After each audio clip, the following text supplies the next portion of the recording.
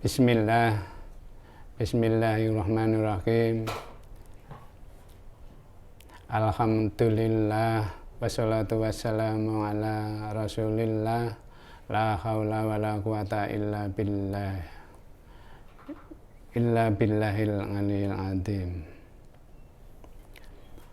Pertama-tama marilah kita panjatkan puji dan syukur kehadirat Allah Subhanahu wa taala yang telah memberikan nikmat serta karunia-Nya sehingga kita semua dapat berkumpul bersama di hari yang berbahagia ini.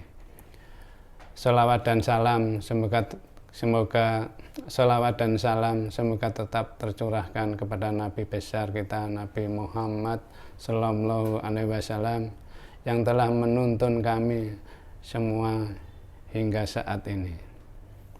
Salam jumpa Bapak Ibu semua, khususnya Sivitas Akademika Universitas Islam Indonesia dan umumnya kepada umat muslimin dimanapun Anda berada.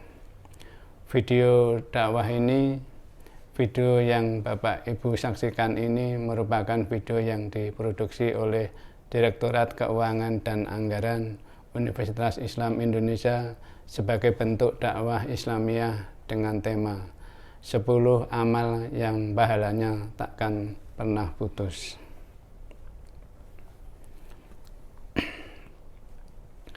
Dari 3 perkara sedekah jariah atau wakaf, ilmu yang bermanfaat, dan anak soleh yang berdoa kepadanya.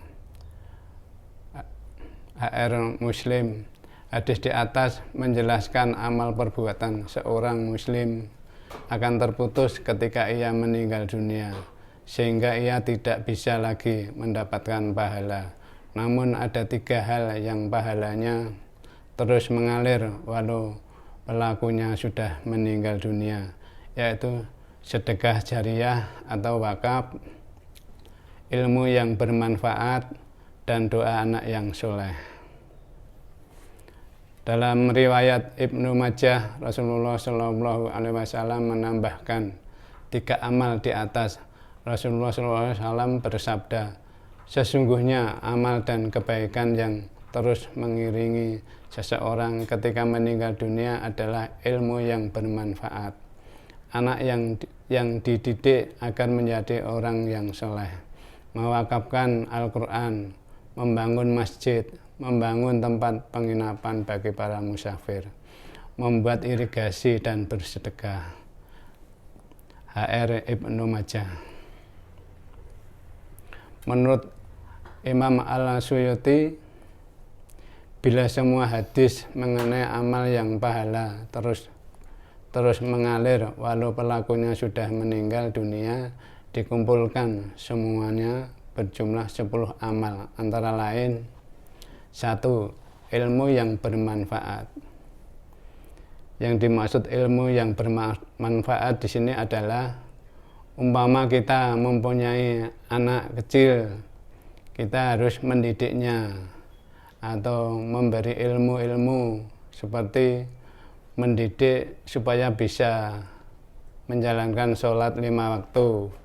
Dengan bacaan-bacaan itu, insya Allah anak nanti bisa, dan sehingga nanti bisa melaksanakan salat sehari-harian, sehingga ilmu yang diberikan orang tua atau pendidiknya bisa berpahala terus menerus karena dilaksanakan anak-anak tersebut. 2 adalah doa anak yang soleh. Doa anak yang soleh itu doa anak yang mau mendoakan kepada orang tuanya, karena anak tersebut sudah dibekali ilmu agama sehingga anak tetap mendoakan kedua orang tuanya. Biarpun orang tuanya sudah meninggal, anak tersebut tetap mendoakan sehingga pahalanya akan diberikan kepada kedua orang tua tersebut. 3. Sedekah jariah. Sedekah jariah contohnya yaitu umpama kita mempunyai sebidang tanah diwakafkan untuk sekolahan atau untuk TPA, madrasah, atau diwakafkan untuk membangun masjid dan yang lainnya. Seperti itu, selama dimanfaatkan, insya Allah akan mendapatkan pahala terus-menerus. Yang keempat yaitu menanam pohon atau buah-buahan. Pohon apa saja, seperti kurma, pohon kelapa, pokoknya pohon-pohon yang bermanfaat bagi orang lain, yang dimanfaatkan buahnya atau pohonnya, selama pohon itu masih menghasilkan buah-buahan atau yang lainnya, insya Allah juga akan mengalir terus pahalanya. Yang kelima yaitu mewakafkan buku atau kitab-kitab keagamaan atau kitab suci Al-Quran, yang mana buku-buku tersebut dipelajari anak-anak atau dipelajari oleh orang lain sehingga bermanfaat bagi orang banyak, sehingga kita tetap akan mendapatkan pahala walaupun sudah meninggal yang memberikan itu. Yang keenam yaitu berjuang dan membela tanah air. Berjuang dan membela tanah air itu yaitu contohnya umpama pejuang-pejuang zaman dahulu seperti melawan penjajah, atau kalau yang sekarang yaitu seperti kita memperingati kemerdekaan, itu sudah termasuk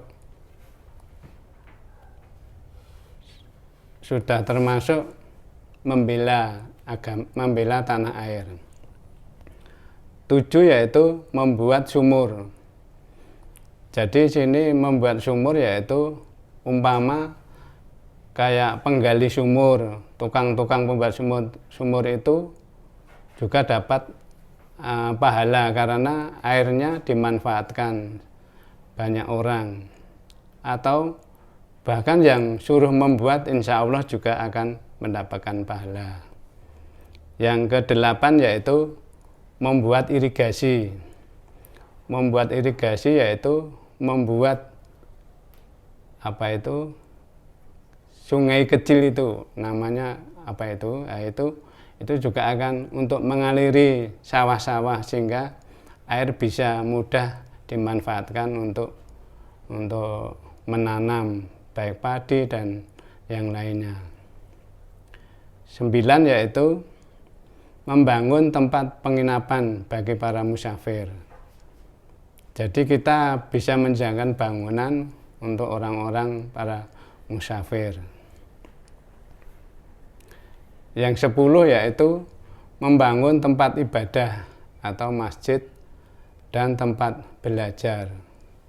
Jadi seperti kita memberikan bantuan untuk pembangunan masjid, untuk pembangunan musola, tempat ibadah seperti itu, insya Allah kita juga akan mendapatkan pahala yang terus mengalir. Ke-10 hal di atas menjadi amal yang pahalanya terus mengalir, tiada terputus, karena orang yang masih hidup akan terus mengambil manfaat dari ke-10 hal tersebut.